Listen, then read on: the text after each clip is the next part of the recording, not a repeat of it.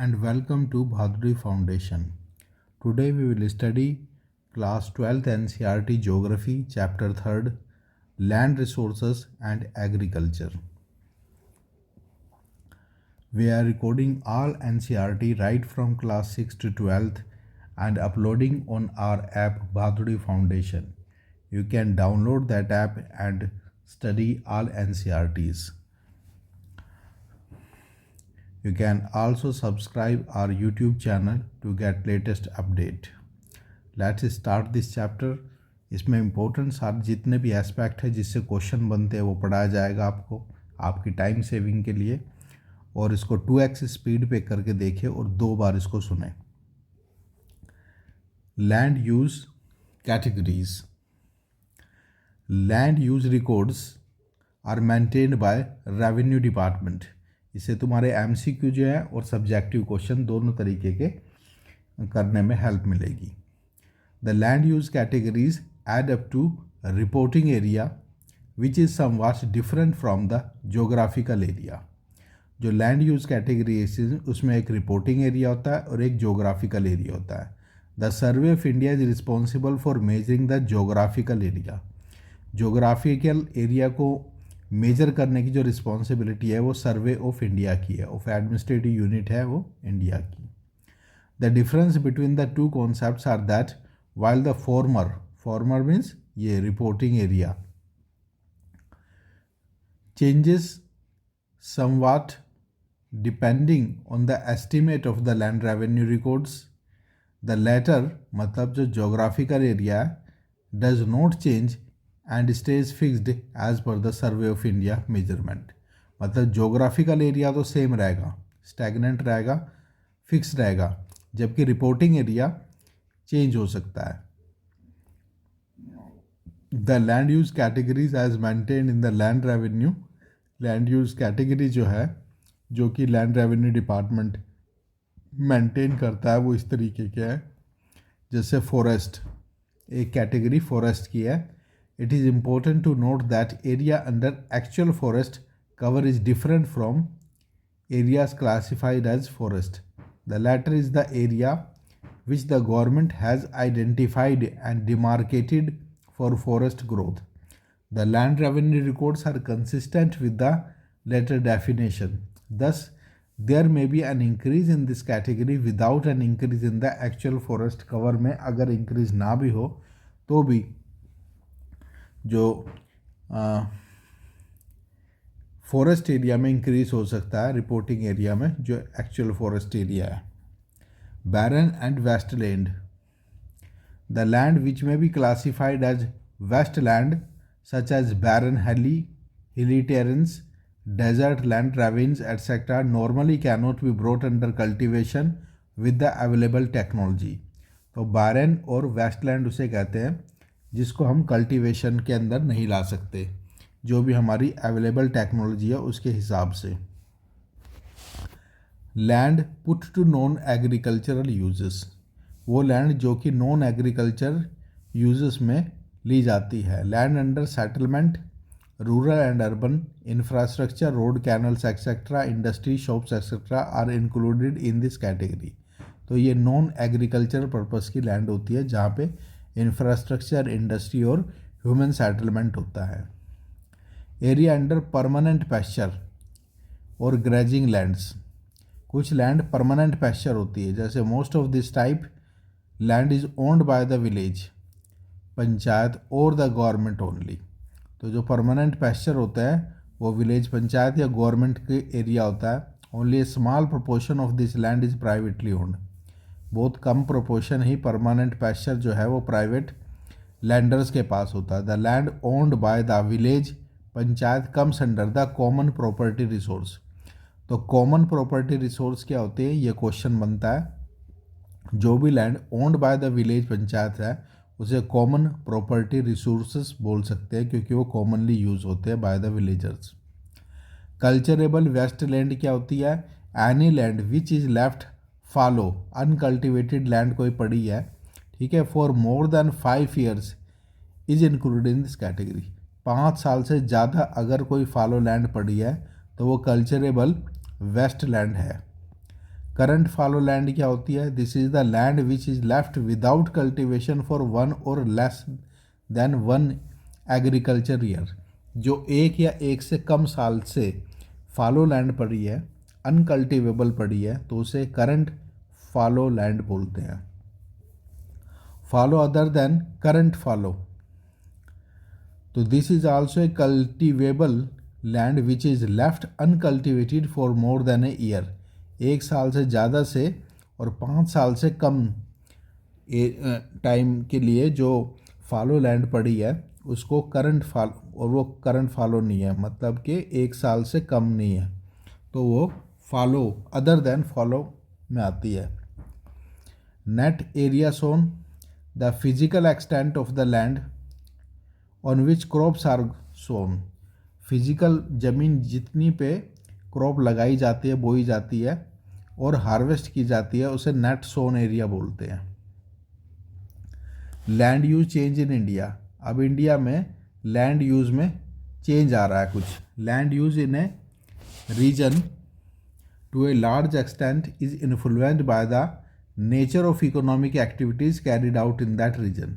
तो land use change होता है, डिपेंड करता है कि नेचर ऑफ इकोनॉमिक एक्टिविटी क्या परफॉर्म हो रही है वहाँ पे। One needs to appreciate 3 types of changes that an economy undergoes which affect land use. तो 3 तरह के इकोनॉमिक चेंज हो सकते हैं जिससे लैंड यूज के पैटर्न में चेंज आता है। एक तो है size of the economy, measure in terms of value for all goods and services produced in the economy grows over time.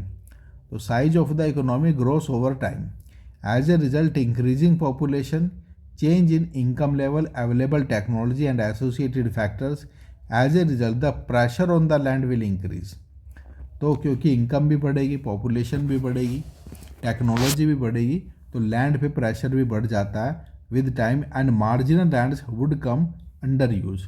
तो मार्जिनल लैंड जो पड़ी है उसको भी हमें कल्टीवेट करना पड़ेगा। साइज ऑफ द इकोनॉमी बढ़ने से, पॉपुलेशन, टेक्नोलॉजी, इनकम बढ़ने से जो वेस्ट लैंड है, मार्जिनल लैंड है, वो भी यूज़ में आ जाएगी।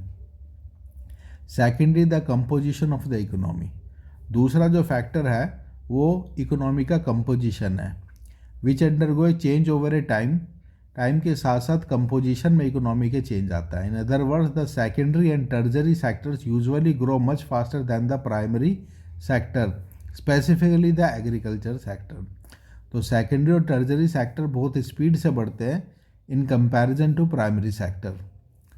This process would result in a gradual shift in land from agriculture uses to non-agriculture uses. इस प्रोसेस से क्या होगा, जो लैंड थी जो एग्रीकल्चर पर्पस के लिए पहले यूज़ हो रही थी, अब वो नॉन एग्रीकल्चरल पर्पस के लिए, मतलब सेकेंडरी और टर्जरी सेक्टर में भी यूज़ होगी। थर्डली, दो the contribution of the agriculture activities reduce over time, the pressure on the land for agriculture activity does not decline. हालांकि एग्रीकल्चर का कंट्रीब्यूशन रिड्यूस होता है टाइम के साथ साथ, लेकिन जो लैंड पे प्रेशर है एग्रीकल्चर एक्टिविटी का वो कम नहीं होता। The reasons for continued pressure on agriculture land are, और एग्रीकल्चर लैंड पे जो कंटिन्यूड प्रेशर उसके रीजन्स हैं, in developing countries the share of the population dependent on agriculture usually declines much more slowly compared to the decline the sectors GDP. Developing country में क्या होता है, जो शेयर होता है पॉपुलेशन जो कि एग्रीकल्चर पे डिपेंडेंट है, यूजुअली डिक्लाइन मोर स्लोली, वो धीरे धीरे डिक्लाइन होती है, जबकि जो डिक्लाइन है जीडीपी में एग्रीकल्चर का वो तेज़ी से डिक्लाइन होता है। The number of people that the agriculture sector has to feed is increasing day by day. Population increase हो रही है, इसलिए एग्रीकल्चर सेक्टर में जिन लोगों को खिलाना है, सपोर्ट करना है, फूड अवेलेबल कराना है, वो बढ़ते जा रहे हैं। The rate of increase in the highest in case of area under non agriculture uses. The rate of increase is the highest in the case of the area under non agriculture uses में। This is due to the changing structure of the economy, और ये economy में change होने की वजह से ही है कि rate of increase in the highest in the area under non agriculture uses में बढ़ रहा है लैंड का यूज़। एग्रीकल्चर में नहीं, नॉन एग्रीकल्चर यूजेस में लैंड का यूज़ बढ़ रहा है। Thus, the area under non-agriculture uses is increasing at the expense of the wasteland and agriculture land. तो नॉन एग्रीकल्चर पर्पस के लिए वेस्टलैंड को भी यूज़ किया जा रहा है और एग्रीकल्चर लैंड को भी डाइवर्ट किया जा रहा है। Increase in the net sown area is the recent phenomena due to the use of culturable wasteland for agriculture purpose. Net sown area भी बढ़ता जा रहा है क्योंकि एग्रीकल्चर पर्पस के लिए वेस्टलैंड को भी यूज़ किया जा रहा है।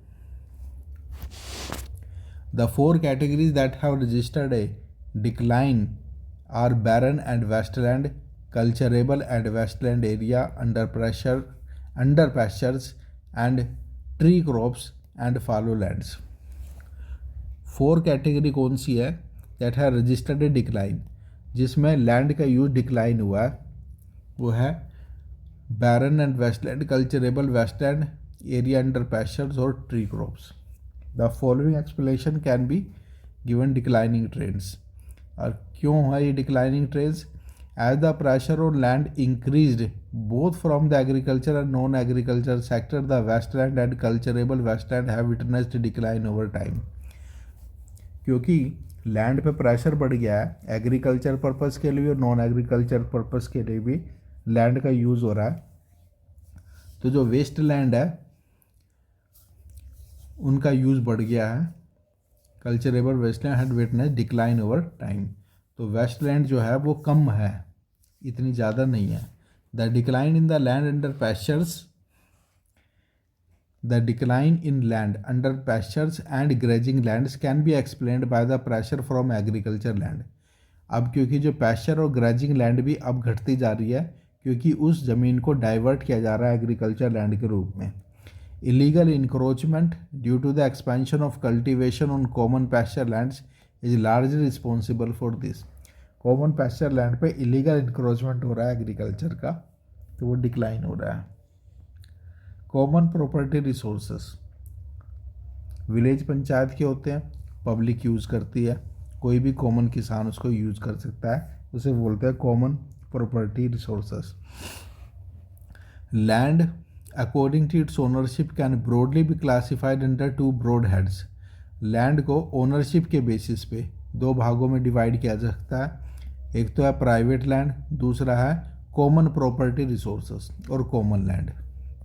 जो CPR होती है, मतलब कॉमन प्रॉपर्टी रिसोर्सेस होती है, provide fodder for the life stock and fuel for the house hold along with the other minor forest products like fruit, nuts, fibre, medicinal plants.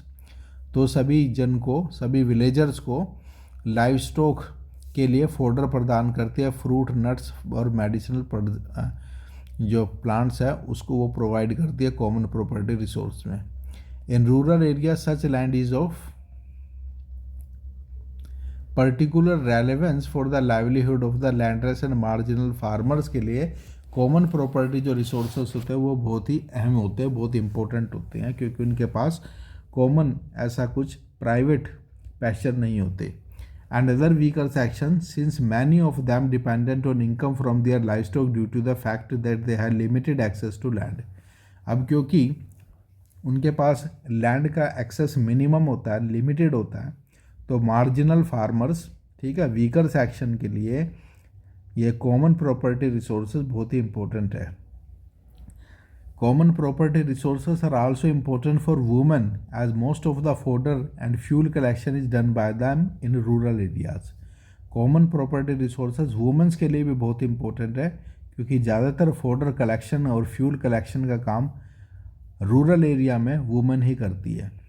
Common property resources can be defined as a community's natural resources भी इनको कह सकते हैं, community के common property resources को, where every member has the right to access and usage with specified obligation, जहाँ पे हर member को अधिकार है कि वो कॉमन प्रॉपर्टी रिसोर्सेज को एक्सेस कर सकता है, उनको यूज़ कर सकता है, लेकिन बदले में कुछ ऑब्लिगेशन, जिम्मेदारियाँ भी है, without anybody having property rights over them. किसी का भी उन पर प्रॉपर्टी राइट्स नहीं होता कॉमन प्रॉपर्टी रिसोर्सेज पे। नेक्स्ट है agriculture land use in India. India में एग्रीकल्चर लैंड का कैसे यूज़ हो रहा है? Agriculture is purely a land-based activity unlike secondary and टर्जरी activity के अलावा के बजाय जो एग्रीकल्चर है वो लैंड बेस ही एक्टिविटी है। 10. Lack of access to land is directly correlated with incidence of poverty in rural area. तो किसी के पास लैंड नहीं है, लैंड की एक्सेसिबिलिटी नहीं है, तो डायरेक्टली पॉवर्टी से रिलेटेड कॉन्सेप्ट हो जाती है रूरल एरिया में। Quality of land has a direct bearing on the productivity of the agriculture which is not true for other activities. Land की क्वालिटी एग्रीकल्चर की प्रोडक्टिविटी डिसाइड करती है, जो कि दूसरे ऐसे फैक्टर में एक्टिविटी में नहीं है। लेकिन एग्रीकल्चर प्राइमरी एक्टिविटी में लैंड की क्वालिटी का बहुत इंपॉर्टेंट रोल है। In rural areas aside from its value as a productive factor, land ownership has a social value and serve as a security for credit. Rural area में अगर land की productive factor को छोड़ दे तो land ownership एक social value भी provide करता है और सिक्योरिटी फॉर क्रेडिट भी देता है। मतलब लोन ले सकता है किसान उसको गिरवी रख के क्रेडिट के रूप में। Natural hazards for life contingencies and also aids to the social status.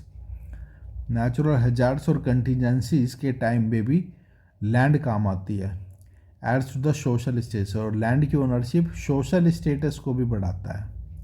An estimation of the total stock of the agriculture and land resources that is cultivable land can be arrived at by adding the net sown area, all fallow lands and cultivable wasteland। अगर total agriculture land को estimate किया तो 3 चीज़ें हमें जोड़नी पड़ेगी। एक तो net sown area कितना है, दूसरा फॉलो लैंड कितनी लैंड खाली पड़ी है, और दूसरा कल्चरेबल वेस्टलैंड, मतलब वो वेस्टलैंड जो कि कल्चरेबल है, मतलब जिस पे कृषि भी हो सकती है। The scope for bringing in additional land under net sown area is limited. और स्कोप के non agriculture net sown area में एडिशनल लैंड को लाया जाए तो वो कैपेसिटी लिमिटेड है। There is thus an urgent need to evolve and adopt land saving technology. तो लैंड सेविंग टेक्नोलॉजी को अपनाना बहुत ही अर्जेंट रिक्वायरमेंट है। Such technologies can be classified under 2 heads. ऐसी टेक्नोलॉजी को 2 हेड में क्लासीफाई किया जा सकता है। Those which raise the yield of any particular crop per unit area of land and those which increase the total output per unit area of the land for all crop grown over 1 agriculture year by increasing land use intensity. For a land scarce but labor abundant country like India, a high cropping intensity is desirable not only for fuller utilization of land resources but also for reducing the unemployment in rural economy.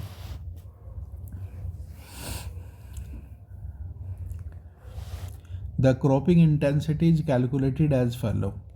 Cropping intensity को ऐसे calculate किया जा सकता है। Cropping intensity in percentage GCA divided by NSA into 100। Cropping intensity in percentage में नापने का formula है GCA gross cropping area divided by net sown area. Net sown area gross cropping area into 100।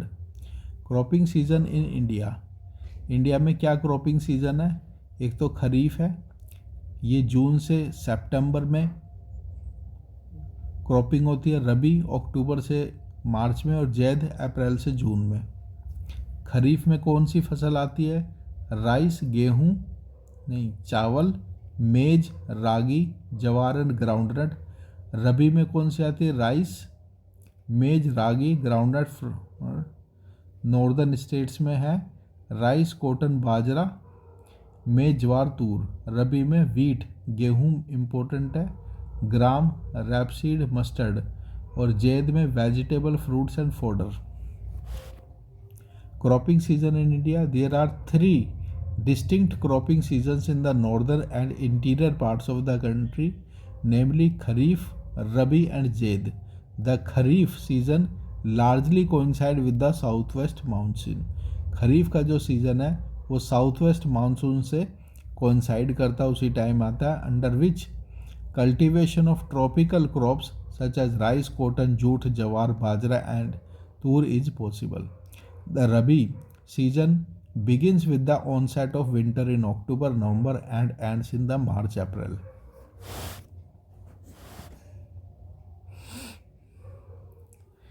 Zaid is a short duration summer cropping season beginning after the harvest of Rabi crops.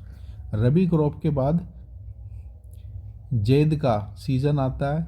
The cultivation of watermelons, cucumbers, vegetables and fodder crops during this season is done on irrigated lands. Types of farming. On the basis of main source of moisture for crops, the farming can be classified as irrigated farming or rain-fed farming. तो farming दो तरीके की होती है, एक irrigated जिस पर सिंचाई होती है, एक रेन फेड जो एक बारिश पर डिपेंडेंट है. The objective of protective irrigation is to protect the crops from adverse effects of soil. Protective farming होती है, प्रोटेक्टिव इरिगेशन होती है जो सोयल के एडवर्स इफेक्ट को बचाती है, सोयल के एडवर्स इफेक्ट से क्रॉप को बचाती है. जैसे कि moisture deficiency which often means that irrigation acts as a supplementary source of water over and above the rainfall. Moisture deficiency, अगर पानी की कमी है तो इरिगेशन उसको सप्लीमेंट करती है जहाँ पे रेनफॉल से एग्रीकल्चर होती है. The strategy of this kind of irrigation is to provide soil moisture to maximum possible area में सॉयल मॉइस्चर प्रोवाइड करने की स्ट्रैटेजी है. Productive irrigation is meant to provide sufficient soil moisture in the cropping season to achieve high productivity. तो high productivity achieve करने के लिए soil को moisture में रखा जाता है. In such irrigation the water inputs per unit of area cultivated land is higher than the protective irrigation. तो प्रोडक्टिव इरिगेशन में जो पर यूनिट एरिया का पानी का कंजम्पशन है वो ज़्यादा होता है देन प्रोटेक्टिव इरिगेशन में. In dry land farming is largely confined to the regions having annual rainfall less than 75 centimetre. जहाँ पे कम वर्षा होती है 75 सेंटीमीटर से, वहाँ पे ड्राई लैंड फार्मिंग होती है. These regions grow hardly and drought resistant crops such as ragi, bajra, moong, gram.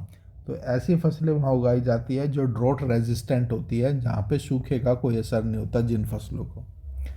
Wetland farming क्या होती है? Rainfall is excess to soil moisture requirement of plants during rainy season. तो soil की capacity से ज़्यादा जहाँ पे मॉइस्चर हो जाता है उसे वेटलैंड फार्मिंग बोलते हैं. सच रीजन्स में भी फेस फ्लड और सोयल इरोजन हैजार्ड. तो वहाँ पे मिट्टी का कटाव भी होता है, सोयल इरोजन भी होता है और फ्लड भी आ जाता है. These area grow variation water intensive crop such as rice, jute and sugar cane and practice aquaculture in the freshwater bodies. Food grains. The importance of food grains in Indian agriculture economy may be gauged from fact these crops occupy 2/3 of the total crops in the country. तो food grains की जो crop है total crop area का two third part है वो. Food grains are dominant crops in all parts of the country. में food crop जो है वो डोमिनेंट है, सबसे मुख्य है. On the basis of the structure of grain the food grains are classified into cereal और पल्सेस. ग्रेन के बेसिस पे अगर फूड ग्रेन क्रॉप्स को डिवाइड किया जाए, क्लासीफाई किया जाए, तो सीरियल्स और पल्सेस में हम कर सकते हैं. सीरियल्स माने अनाज और पल्सेस माने दलहन. The cereals occupy about 54% of the total cropped area in India. India में जितनी भी खेती होती है 54% सीरियल्स की होती है, गेहूं चावल की होती है. Country produces about 11% cereals of the world and about ranks in third in production after China and USA. Total cereal production का वर्ल्ड ओवर इंडिया 11% प्रोड्यूस करता है और थर्ड नंबर पे आता है पहले पे चाइना है, दूसरे पे यूएस है और तीसरे पे सीरियल के प्रोडक्शन में इंडिया है। India produces a variety of cereals which are classified as fine grains और कोर्स ग्रेन्स। तो इंडिया कई तरीके के ग्रेन्स प्रोड्यूस करती है, सीरियल्स प्रोड्यूस करती है, जैसे फाइन ग्रेन बोलते हैं राइस और वीट को, चावल और गेहूं को, और कोर्स ग्रेन बोलते हैं ज्वार, बाजरा, मेज, रागी को।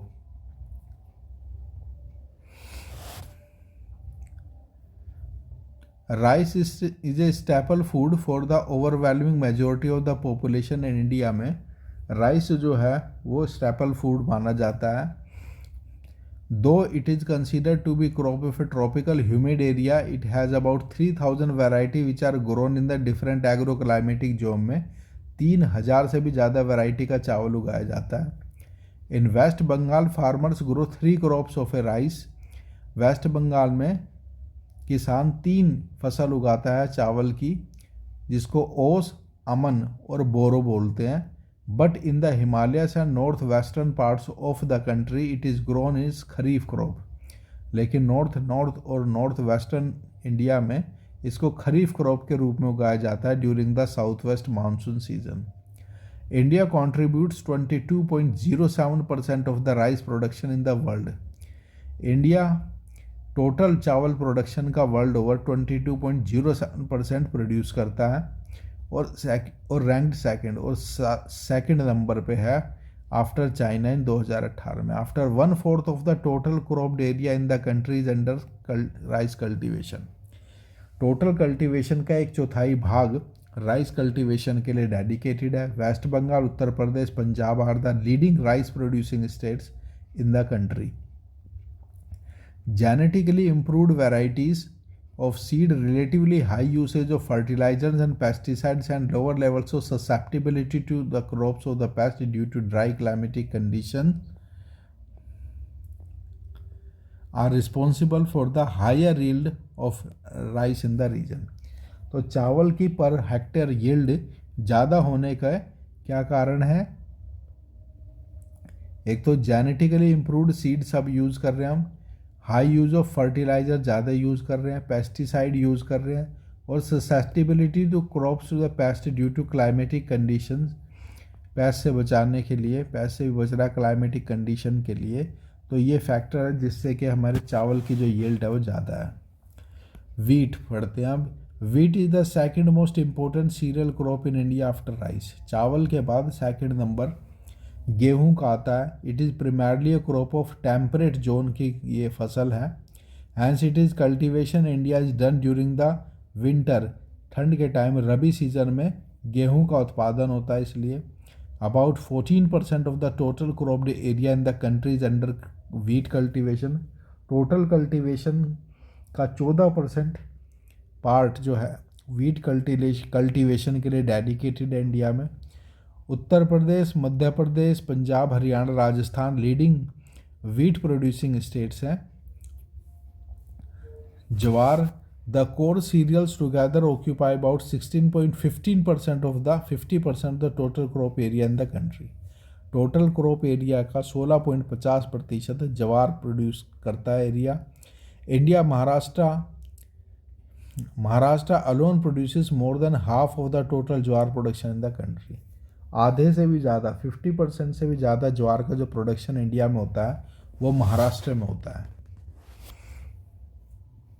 बाजरा, jowar, bajra is sown in hot and dry climatic condition में बाजरे का उत्पादन होता है north western part of the country, Rajasthan में लगा लो। Leading producers of bajra are the state of Maharashtra, Gujarat, Uttar Pradesh, Rajasthan, Haryana. Being rain fed crop, अब क्योंकि बाजरा जो है वो बारिश पर निर्भर है, the yield level of the crop is low in Rajasthan. Rajasthan में इसकी यील्ड मतलब पर हेक्टेयर प्रोडक्शन कम है। Yield of this crop has increase during recent years in Haryana, Gujarat due to introduction of the drought resistant varieties and expansion of the irrigation under it. लेकिन अभी हरियाणा और गुजरात में जो बाजरे की जो यील्ड है पर हेक्टेयर प्रोडक्शन है वो इंक्रीज़ हो गया है, क्योंकि जो अब सीड की वैरायटी है वो ड्रॉट रेजिस्टेंट ले लिया, जिसको कम पानी की ज़रूरत पड़ती है, और इरिगेशन का एक्सटेंशन किया गया है। मेज का production, maize is a food as well as fodder crop. Maize food crop भी और फोडर क्रॉप भी है। Grown under semi arid climatic condition की ये फसल है एंड ओवर इन्फीरियर सॉइल्स पे भी उग जाती है। Yield level of maize is higher than the coarse cereal से ज़्यादा यील्ड है मेज की। It is high in the southern states and decline toward the central parts में कम होती चली जाती है। Pulses are a very important ingredients of vegetarian food का एक इम्पोर्टेंट भाग है दालें। As these are rich source of protein, क्योंकि पल्सेस में प्रोटीन ज़्यादा होता है। दीज आर ल्यूग्यूमस क्रॉप्स, ये ल्यूग्यूम क्रॉप्स होती है विच increase the natural fertility of the soil, जो सोयल की प्राकृतिक उर्वरता को भी बढ़ाती है, फर्टिलिटी को भी बढ़ाती है through nitrogen fixation. India is the leading producer of pulses in the world. India जो है वो लीडिंग प्रोड्यूसर है पल्सेस का वर्ल्ड में। The cultivation of pulses in the country is largely concentrated in the drylands of Deccan and Central Plateaus and northwestern parts of the country. Pulses occupy about 11% of the total cropped area in the country. तो जो pulses है वो total cropped area का 11% भाग में pulses का production होता है। ग्राम इज कल्टिवेटेड इन सब ट्रॉपिकल एरिया में चने का उत्पादन होता है। तूर, अरहर, Tur is the second important pulses crop in the country. It is also known as red gram और pigeon pea भी बोलते हैं इसको। This crop occupies about 2% of the total cropped area in India. India में total crop area के 2% भाग पे तूर का प्रोडक्शन होता है। Maharashtra alone contributes about 1/3 of the total production of tur. 1/3 production तो महाराष्ट्र ही करता है तूर का। Oil seeds are produced for extracting edible oils. Oil seed को प्रोड्यूस किया जाता है ताकि एडिबल ऑयल को निकाल सके। Dry lands of Malwa plateau, Maharashtra, Gujarat, Rajasthan, Telangana, Rayalaseema, reason of Andhra Pradesh and Karnataka plateaus are oil seeds growing region है ये। These crop together occupy 14% of the total crop area in the country. Total crop area का 14% भाग पे ऑयल सीड का production होता है। Groundnut, rapeseed, mustard, soybean and sunflower are the main oilseed crops in India. Groundnut, India produces about 18.8% of the total groundnut production in the world. 2018 के census के हिसाब से टोटल प्रोडक्शन का world over groundnut का 18.8% groundnut का production India करता है। It is largely rainfed crop, kharif crop है of dry lands, but in the southern India it is cultivated during Rabi season as well. South India में इसे रबी season में भी cultivate किया जाता है ग्राउंडनट को। Rapeseed and mustard comprises several oil seeds as rice, सरसों, तुरिया, तारमीरा. These are the subtropical crops cultivated during the Rabi seasons in northwestern and central parts of India. Other oil seeds, soybean and sunflower are other important oil seeds grown in India. Soybean is mostly grown in Madhya Pradesh and Maharashtra. Soybean को mostly Madhya Pradesh और महाराष्ट्र में उगाया जाता है।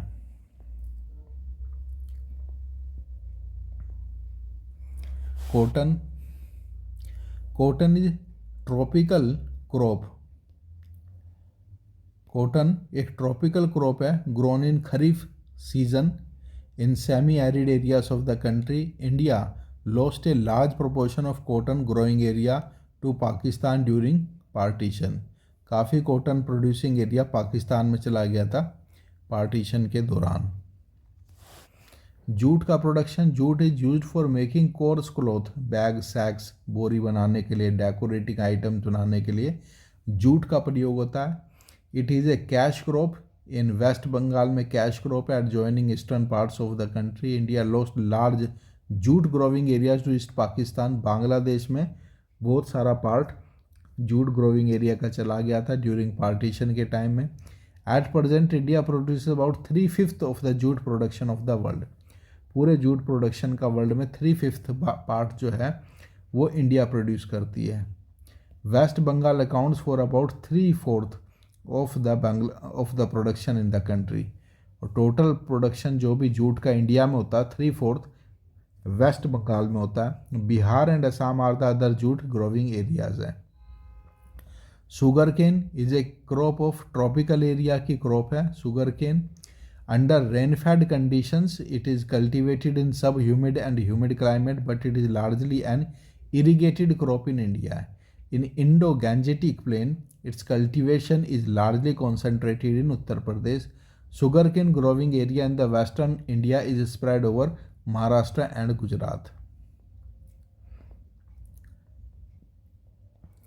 T is a plantation crop है used as a beverage, drink के रूप में यूज की जाती है। Black tea leaves are fermented, black tea जो लीव्स होते हैं उनको फर्मेंट किया जाता है। Whereas green tea leaves are unfermented, जो हरे पत्ते वाली चाय होती है वो अनफर्मेंटेड होती है। Tea leaves have rich content of caffeine and tannin होता है टी लीव्स में। It is an indigenous crop of hills in the northern China की इंडिजीनियस क्रॉप है ये।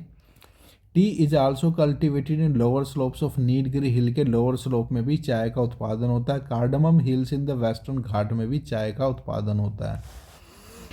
Assam accounts for about 53.2% of the total cropped area and contributes more than half of the total production of the tea country. Country में जितना भी sown area है T के लिए असम में 53.2% वो टोटल एरिया है और टोटल प्रोडक्शन का हाफ वो असम प्रोड्यूस करता है। West Bengal Tamil Nadu are the other leading producers of tea. Coffee is the tropical plantation crop है। इट्स सीड्स आर रोस्टेड, इसके सीड को रोस्ट किया जाता है। Ground and are used for preparing a beverage. There are three varieties of coffee, 3 variety है coffee की India में, arabica, robusta और liberica. India mostly grows superior quality coffee arabica. India ज़्यादातर अरेबिका का प्रोडक्शन करते हैं जिसकी क्वालिटी सुपीरियर है, which is the great demand in the international market में भी अरेबिका की काफ़ी डिमांड है। Coffee is a cultivated in the highlands of the Western Ghat के ऊंचे भाग में उगाई जाती है। Karnataka, Kerala, Tamil Nadu, Karnataka alone accounts for more than 2/3 of the total production of the coffee in the country. जितना भी कंट्री में कॉफ़ी का प्रोडक्शन होता है उसका 2/3 कर्नाटका ही प्रोड्यूस करता है। एग्रीकल्चरल डेवलपमेंट इन इंडिया में एग्रीकल्चर डेवलपमेंट कैसा है? Indian agriculture economy was largely subsistence in nature before independence. तो जो इंडियन एग्रीकल्चर है वो सबसिस्टेंस लेवल की थी। It has dismal performance in the first half of the 20th century में भी dismal performance. This period witnessed a severe drought in the famines भी था. During partition, about 1/3 of the irrigated land in India went to Pakistan. 1/3 area irrigation वाला वो पाकिस्तान में चला गया. This reduced the proportion of irrigated area in the independent India. After independence, the immediate goal of the government was to increase food grains production. तो independence के बाद food grain को बढ़ाना बहुत इंपॉर्टेंट चैलेंज था। Switching over from cash crop to food crops, तो cash crop से food crops पे ट्रांसफ़र किया। Intensification of cropping over already cultivated area जो था उसका इंटेंसीफाई किया cultivation. Increasing cultivated area by bringing cultivable fallow land under plough. Initially this strategy help in increasing food grains production but agriculture production stagnated during the 1950 तक। Agriculture production जो stagnated था, रुका हुआ था, कोई ज़्यादा इम्प्रूवमेंट नहीं था। New seed variety of wheat Mexico and rice Philippines known as high yielding variety, इनको समझा जाता है। वीट में मैक्सिको वैरायटी और राइस में फिलीपींस की variety were available for cultivation in mid 1960. India took advantage of this and introduced package technology. तो India ने पैकेज टेक्नोलॉजी इंट्रोड्यूस की जिसमें कि अच्छे सीड, हाई यील्डिंग सीड थे और केमिकल फर्टिलाइजर्स थी और इरिगेशन था, ठीक है। और ये पंजाब, हरियाणा, वेस्टर्न उत्तर प्रदेश, आंध्र प्रदेश में इम्प्लीमेंट किया गया। This strategy of agriculture development paid dividends instantly and increase the food grain production in the fast rate. तो इंस्टेंटली फूड ग्रेन प्रोडक्शन बढ़ गया था। This spirit of agriculture growth came to be known as green revolution. तो अचानक इस बढ़े हुए agriculture production को ग्रीन रिवॉल्यूशन नाम दिया गया। This also gave flip to the development of a large number of agro inputs. Agro inputs का भी इसमें ज़्यादा डेवलपमेंट हुआ। एग्रो प्रोसेसिंग इंडस्ट्री डेवलप हो गई, स्मॉल स्केल इंडस्ट्री डेवलप हो गई। This strategy of agriculture development made the country self reliant in the food grain production. और ग्रीन रिवॉल्यूशन की वजह से इंडिया सेल्फ रिलायंट हो गई। But green revolution was initially confined to irrigated areas only. This led to a regional disparities in agriculture development in the country 1970 till 1970, after which the technology spread the eastern and the western central parts of the country ने भी technology को adopt करके green revolution का benefit उठाया। Initiation of the policy of liberalization and free market economy in 1990s influenced the course of development of Indian agriculture में भी development हुआ जब 1990 के बाद न्यू इकोनॉमिक पॉलिसी को अडॉप्ट किया गया।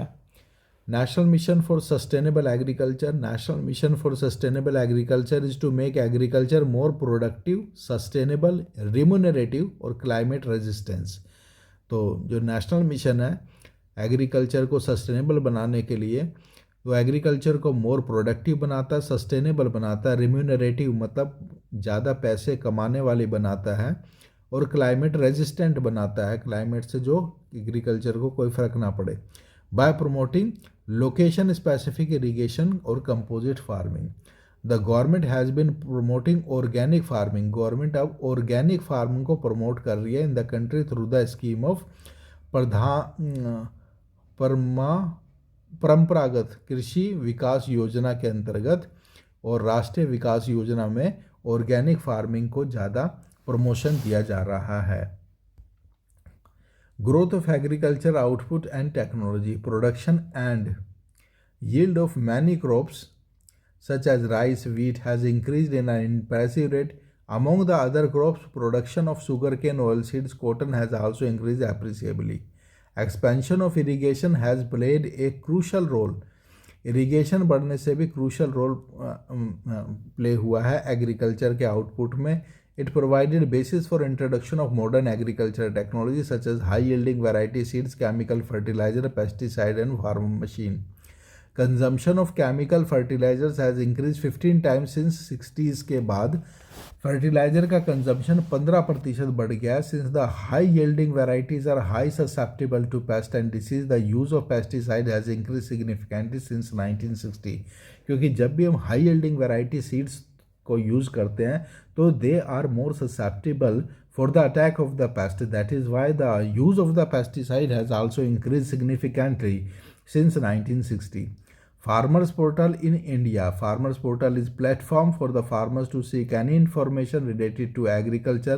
Detailed information of farmers' insurance, agriculture, storage, crops extension activities are there on the portal.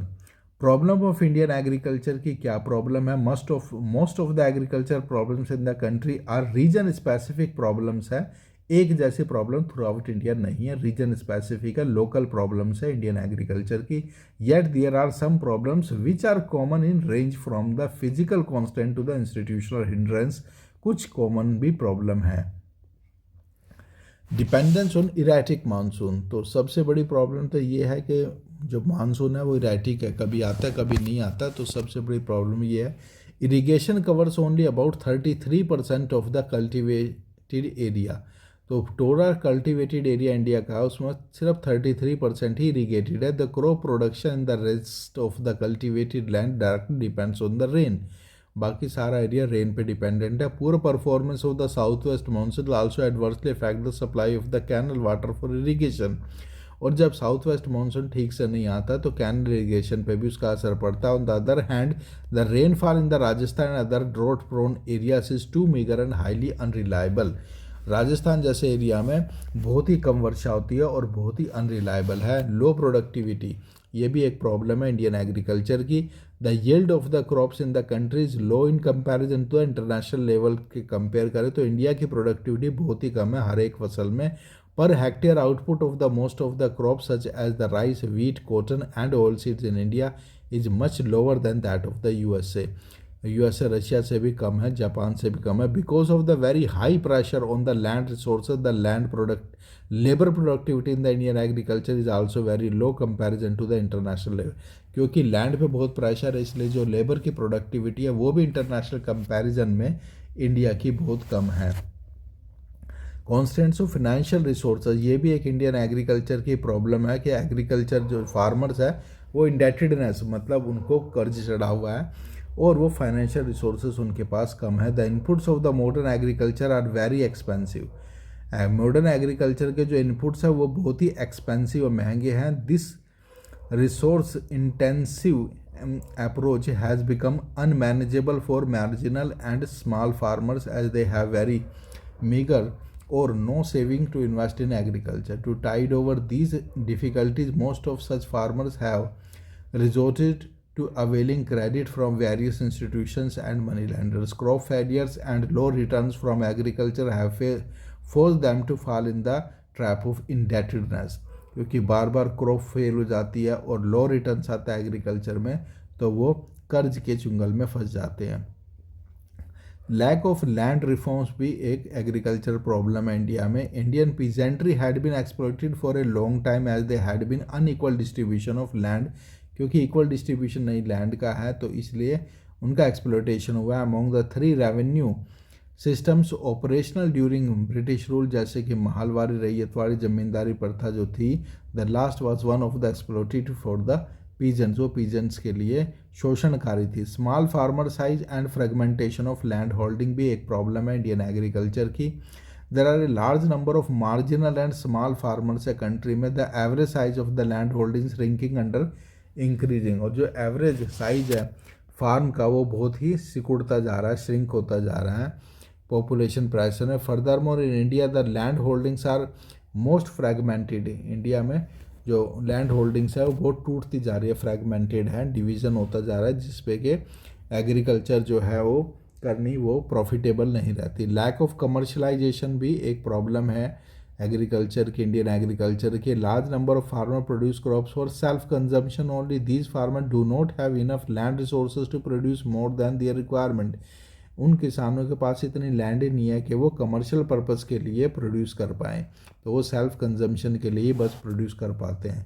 Vast under employment है इंडियन एग्रीकल्चर में। There is a massive under employment in the agriculture sector India, particular in the unirrigated tracts में, वहाँ पे बेरोजगारी बहुत है। In these area there is a seasonal unemployment ranging from 4 to 8 month तक लोग बेरोजगार रहते हैं। डिग्रेडेशन ऑफ कल्टीवेबल लैंड जो है ये भी एक इंडियन एग्रीकल्चर की प्रॉब्लम है कि जो कल्टीवेबल लैंड है उसकी क्वालिटी गिरती जा रही है। One of the serious problem that arise out of the faulty strategy of irrigation and irrigation की faulty strategy agriculture development is degradation of land resources.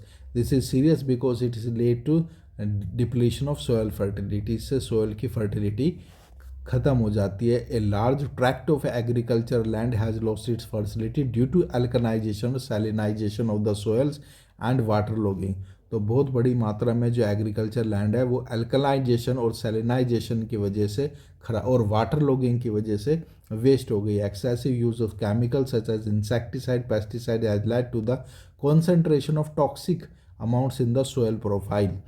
तो बहुत ज़्यादा इंसेक्टिसाइड और पेस्टिसाइड यूज़ करने से भी जो सोयल का प्रोफाइल है उसमें टॉक्सिक अमाउंट इकट्ठा हो गया है। Leguminous crops have been displaced from the cropping pattern the irrigated area से लेग्यूमिनस क्रॉप को हटा दिया गया है। And duration of fallow has substantially reduce owing to the multiple cropping की वजह से अब फॉलो लैंड भी नहीं छोड़ पा रहे, जिससे कि नेचुरल फर्टिलाइजेशन रिन्यू हो जाता था।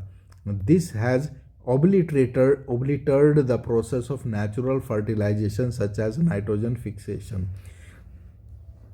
इससे नेचुरल फर्टिलाइजेशन जो होता था है, नाइट्रोजन फिक्सेशन जो होता था जिससे सोयल की फर्टिलिटी वापस आ जाती थी, वो भी अब ख़त्म हो गया है। तो we have completed this chapter.